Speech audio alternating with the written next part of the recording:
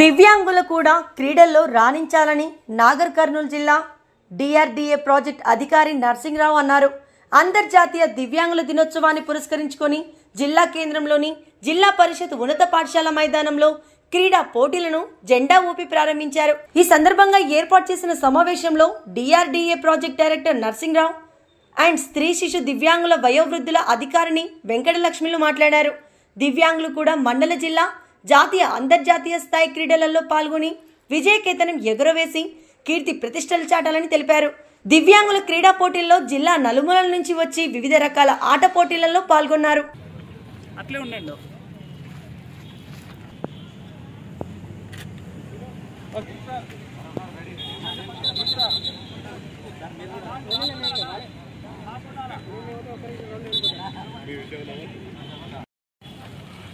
Okay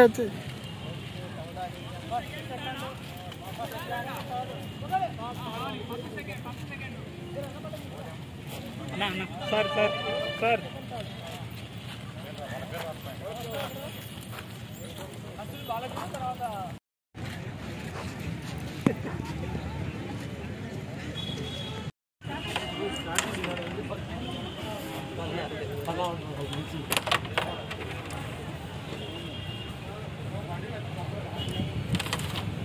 తప్పనిసరిగా ఉంటుంది కాబట్టి ఎక్కడ కూడా తెలిసేదైన వాళ్ళతో లేదా స్వయంగా కార్యాలయానికి వచ్చినా కూడా పూర్తిగా ఎలాంటి సాయం అన్నా తప్పనిసరిగా జరుగుతుంది. గ్రామ స్థాయిలోనే ప్రతి చోట కూడా మనకి అంగన్వాడీ టీచర్లు కానీ అలాగే మన గ్రామ సంఘాలకు సంబంధించిన అధ్యక్షులు అక్కడ పనిచేసే విఓఏలు వీళ్ళందరూ కూడా ఉన్నారు. వీళ్ళందరూ కూడా మీకు ఖచ్చితంగా ఏమన్నా కూడా అక్కడనే గ్రామ స్థాయిలో చెప్పినా చేసుకొని ఫ్రీ బస్ పాసెస్ ఇప్పించాం.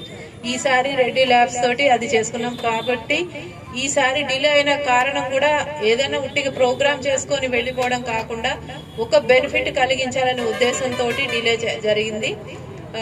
మనకి ఆ రోజు మనకి స్కూటర్స్ అయితే ఆన్లైన్ లో ఎవరైతే అప్లై చేసుకున్నారో ఒక 8 మెంబర్స్ అవి కూడా డిస్ట్రిబ్యూషన్ చేయడం జరుగుతుంది. ఈ రెడ్డి ల్యాబ్స్ వాళ్ళతోటి కూడా మీకు అవేర్నెస్ ప్రోగ్రామ్స్ అయితే ఈ ప్రస్తుతానికి 2 మండలాల వాళ్ళని ట్రైనింగ్ ఇచ్చి సెలెక్ట్ చేసుకోవడానికి పెట్టుకున్నారు. అలా విధంగా మొత్తం జిల్లా వాళ్ళకి ఒక్కొక్క 2 మండలాలు చేసుకుంటూ వెళ్తారు. ఇలా మీరు ఇళ్లలో ఉండి ఏదన్నా చిన్న చిన్న వ్యాపారాలు చేసుకోవాలంటే అలాంటి వాళ్ళకి వాళ్ళు సహాయం చేయడానికి మేము వాళ్ళతోటి కోఆర్డినేట్ చేసుకొని మేము ముందుకు తీసుకొస్తాం. విశ్రాంత ఉద్యోగుల ఆధ్వర్యంలో మహిళా హక్కుల ఉద్యమ కిరీటం మొదటి మహిళా ఉపాధ్యాయురాలు సావిత్రిబాయి పూలే గారి జన్మదిన నిర్వహణ రోజు స్థానిక ప్రభుత్వ విశ్రాంత ఉద్యోగస్తుల సంఘం రాధాకృష్ణ భవన్లో మహిళా హక్కులే మానవ హక్కులని తొలిసారిగా నినాదించిన సావిత్రిబాయి పూలే గారి జయంతి కార్యక్రమానికి వారి చిత్రపటానికి పూలమాలలతో అలంకరించి నివాళులర్పించడం జరిగింది.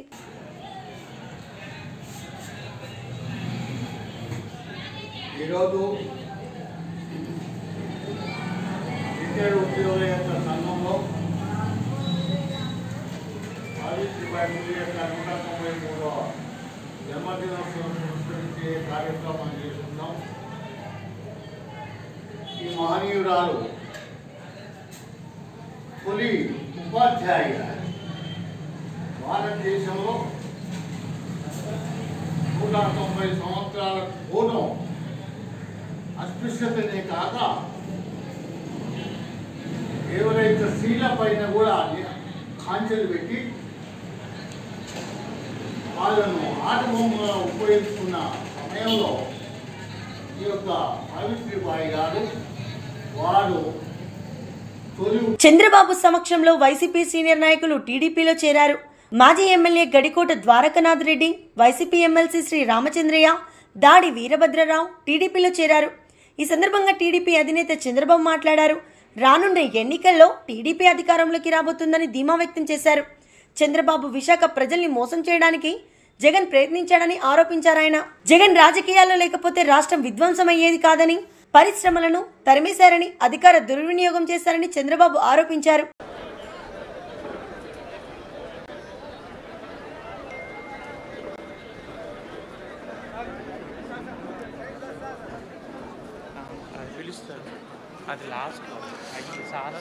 నరేంద్ర వర్మ గారు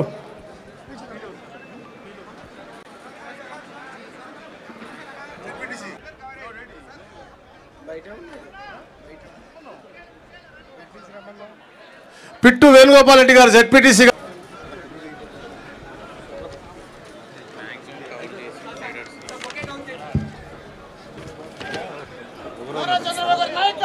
అనంతపురం నుంచి ప్రభాకర్ గారు, రాజీవ్ రెడ్డి గారు, సలార్ బాషా గారు వాళ్ళని పిలుచుకోండి. ఎక్కడున్నారు?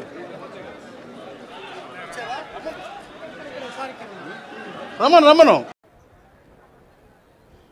150 175కి ఏంటండి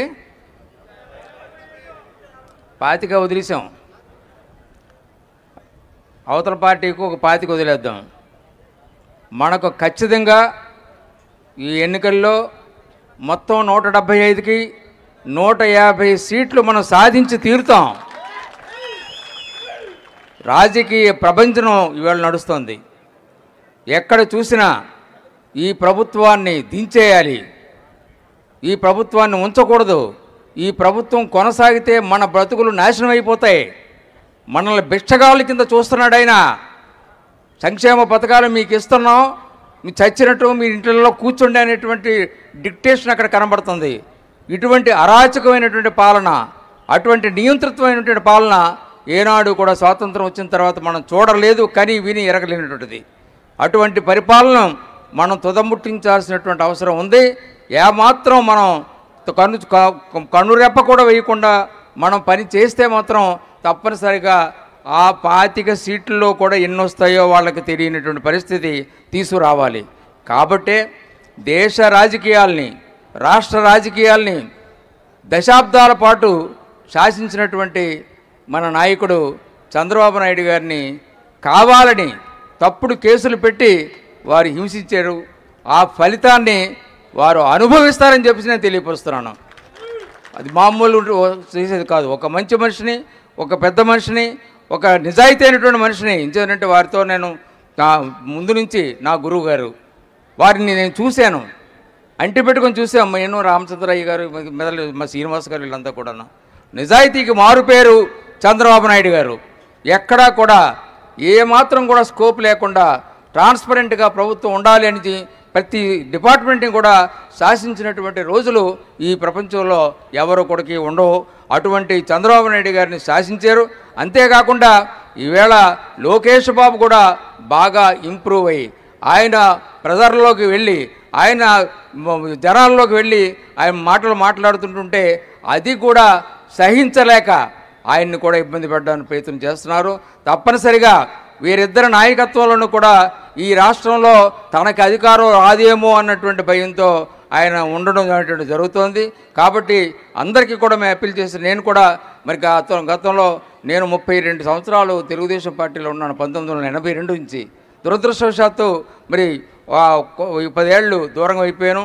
ఈవేళ అటువంటి సంఘటన బాబు గారికి జరగడంతో నేను మా కుటుంబ సభ్యులందరం కూడా చాలా బాధపడి బాబు గారి చెంతకు చేరి బాబు గారికి అండగా నిలబడాలనేటువంటి ఉద్దేశంతో ఈవేళ పార్టీలో మళ్ళీ మేము అందరం కూడా చేరడం అనేటువంటిది జరిగిందని మీ అందరికీ మనం. మెదక్ జిల్లా రామాయంపేట శ్రీ పద్మావతి దేవి గోదాదేవి సమేత వెంకటేశ్వర స్వామి ఆలయంలో ధనుర్మాస ఉత్సవాలు ఘనంగా నిర్వహించారు. 20వ ధనుర్మాస ఉత్సవాలు ఘనంగా కొనసాగాయి. వేద పండితులు స్వామివారికి ప్రత్యేక పూజలు నిర్వహించారు. వేద పండితులు దుర్బల కుమారస్వామి శర్మ శ్రీమన్నారాయణుని దశావతారంలోకి పరశురామ అవతారం గురించి నేడు భక్తులకు ప్రవచనాలు వినిపించారు. ఆలయ కమిటీ సభ్యులు భక్తుల ఆధ్వర్యంలో శ్రీ వెంకటేశ్వర స్వామి వారి ఆస్థాన పల్లకి సేవ నిర్వహించారు. అనంతరం తిరుప్పావై 20వ పాశురం నివేదించారు. ప్రత్యేక పూజల అనంతరం భక్తులకు ఆలయ అర్చకులు తీర్థప్రసాదాలు వితరణ చేశారు.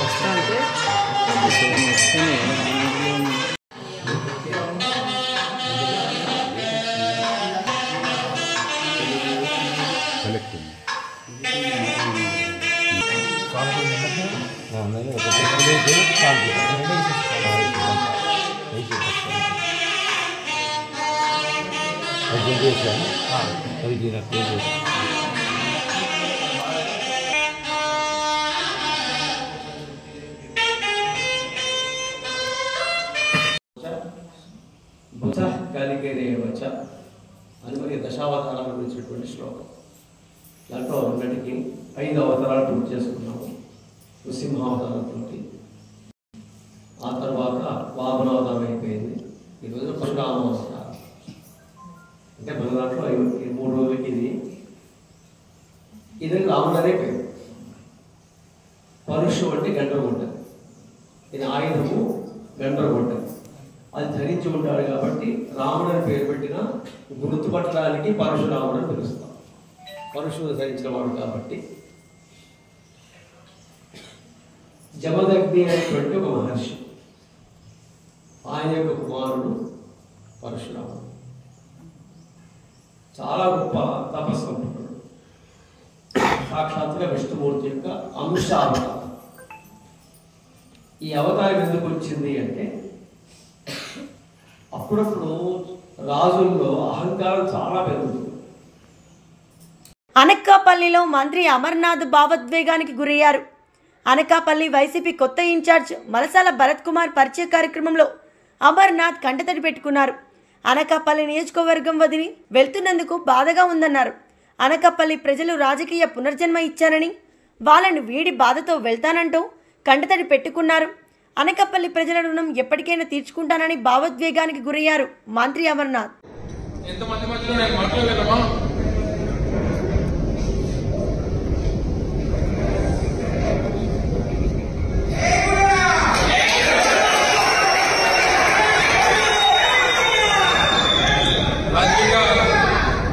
రాజకీయంగా మళ్ళీ మనకి భవిష్యత్తుని ఇచ్చారు.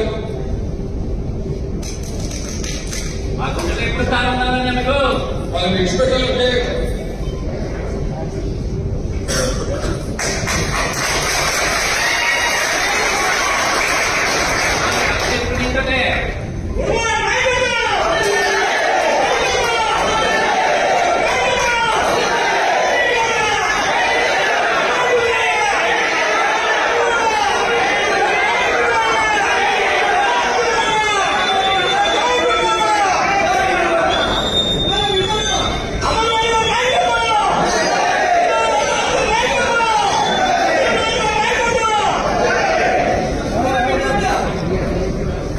ఏదైనప్పటికీ రాజకీయంగా పునర్జన్మ నుంచి రాష్ట్ర వ్యాప్తంగా ఉద్యమాలు తీసుకుని వచ్చి ఈరోజు ఈ స్థాయిలో నిల్చోబెట్టినటువంటి మీ అందరికీ కూడా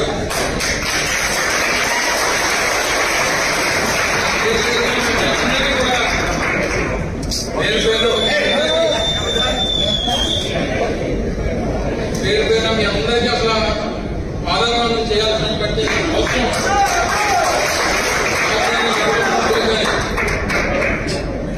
నా కుటుంబ రాజకీయ భవిష్యత్తుని నిర్ణయించినటువంటి నాయకులు మీరంతా కూడా ఈరోజు ఈ స్థాయి నుంచి, భవిష్యత్తునిచ్చి, ఈ స్థానాన్ని ఇచ్చి, ఈ స్థాయిలో మీరు నిల్చోబెట్టి నాకు ఈ స్థానం కల్పించారు. మరి మీరందరూ కూడా తప్పకుండా రేపు భరతులు కూడా అదే రకంగా మీరు ఆదరించి, స్వాగతించి, గెలిపించి జగన్మోహన్ రెడ్డి గారికి కానుక ఇవ్వాల్సినటువంటి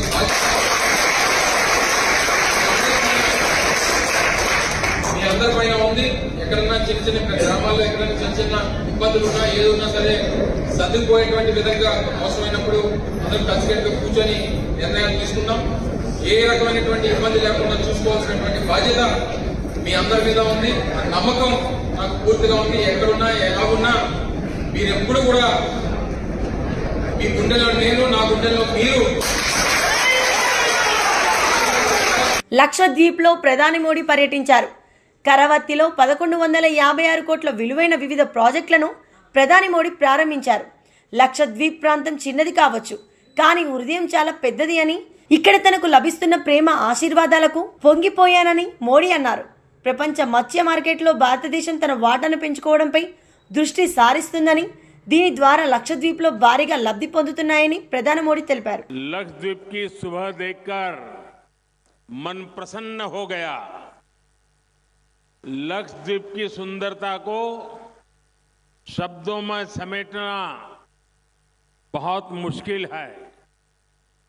मुझे इस बार अगत्ती, बंगारम और कवरत्ती में आप सभी परिवारजनों से मिलने का अवसर मिला है. लक्षद्वीप का जमीनी इलाका भले ही छोटा हो, लेकिन लक्षद्वीप के लोगों का दिल समुद्र जितना विशाल है. आपके स्नेह, आपके आशीर्वाद से मैं अभिभूत हूं. मैं आपका आभार व्यक्त करता हूं. माइक ലക്ഷദ്വീപിലെ ഭരണാധികാരി ശ്രീ പ്രഫുൽ പട്ടേൽ ജി, ഇവിടുത്തെ ലോക്സഭാ അംഗം, ലക്ഷദ്വീപിലെ എൻ്റെ കുടുംബാംഗങ്ങളെ നമസ്കാരം. എല്ലാവർക്കും സുഖമാണെന്ന് വിശ്വസിക്കുന്നു. ഇന്ന് ലക്ഷദ്വീപിലെ പ്രഭാതം കണ്ടിട്ട് മനസ്സ് പ്രസന്നമായി. ലക്ഷദ്വീപിൻ്റെ സൗന്ദര്യം വാക്കുകളാൽ വർണ്ണിക്കാൻ ബുദ്ധിമുട്ടുള്ളതാണ്. എനിക്ക് ഇത്തവണ അഗത്തി, ബംഗാരം, കവറത്തി എന്നിവിടങ്ങളിൽ എൻ്റെ കുടുംബാംഗങ്ങളായ നിങ്ങളുമായി ഒത്തുചേരാൻ അവസരം കിട്ടി. దేశవ్యాప్తంగా సంచలనం రేపిన అదానీ హిండెన్బర్గ్ రిపోర్ట్ అంశం కేసులో సుప్రీంకోర్టు తీర్పు వెలువరించింది. అదానీ షేర్ల కేసులో ప్రత్యేక దర్యాప్తు అవసరమని ఏమీ లేదని సుప్రీంకోర్టు ధర్మాసనం అభిప్రాయపడింది. స్టాక్ మార్కెట్లో షేర్ల విలువ పెంచుకునేందుకు అదానీ కంపెనీ అవకతవకలు పాల్పడిందంటూ గత ఏడాది హిండెన్బర్గ్ సంస్థ తన రిపోర్టును బయటపెట్టిందని, అయితే స్టాక్ మార్కెట్లో అవకతవకలపై విచారణ జరిపించాలంటూ పలువురు సుప్రీంకోర్టును ఆశ్రయించారు. విచారణకు కేజ్రీవాల్ హాజరు కావడం లేదని లేఖలో పేర్కొన్నారు. ఈడీ సమన్లు చట్ట విరుద్ధమని, అరెస్టు చేసే ఉద్దేశంతోనే సమన్లు పంపారని అన్నారు. ఎన్నికల ప్రచారంలో పాల్గొనకుండా అడ్డుకునేందుకే నోటీసులు ఇచ్చారని అన్నారు. Delhi liquor policy, money laundering కేసులో కేజ్రీవాల్ను ప్రశ్నించేందుకు ఈడీ అధికారులు 3 సార్లు నోటీసులు ఇచ్చారు. ఇప్పటికే నవంబర్ 2న, డిసెంబర్ 21న ఈడీ విచారణకు కేజ్రీవాల్ గై హాజరయ్యారు. తప్పు చేయకపోతే ఈడీ విచారణకి కేజ్రీవాల్ హాజరు కావాలని, లేదంటే అరెస్టుకు సిద్ధం కావాలని బీజేపీ నేతలు అంటున్నారు. రాజకీయ కారణాలతో నోటీసులు ఇస్తున్నారని, నోటీసులు చట్ట విరుద్ధమని, ఉపసంహరించుకోవాలని ఈడీకి కేజ్రీవాల్ లేఖలు రాశారు. కేజ్రీవాల్ ఈడీ సమన్లకు చట్టబద్ధంగా వ్యవహరిస్తారని ఆప్ నేతలు చెబుతున్నారు. వందే భారత్ ఎక్స్ప్రెస్ రైళ్లు జోరు మీదున్నాయి. దక్షిణ మధ్య రైల్వే పరిధిలోని పలు స్టేషన్ల నుంచి నడుస్తున్న 4 వందే భారత్ ఎక్స్ప్రెస్ రైళ్లకి ప్రయాణికుల నుంచి అపూర్వమైన ఆదరణ లభిస్తుంది. ఈ రైలు గత నెలలో 100% మించి ఆక్యుపెన్సీతో ప్రయాణికులకు గమ్యస్థానాలకు చేర్చాయి. అనుకూలమైన సురక్షితమైన ప్రయాణ సదుపాయాన్ని ఈ రైలు కల్పిస్తున్నాయి. వీటిలో AC chair car, executive class కోచ్లు ఉండడంతో ప్రయాణికులకు ఆకర్షితులవుతున్నారు.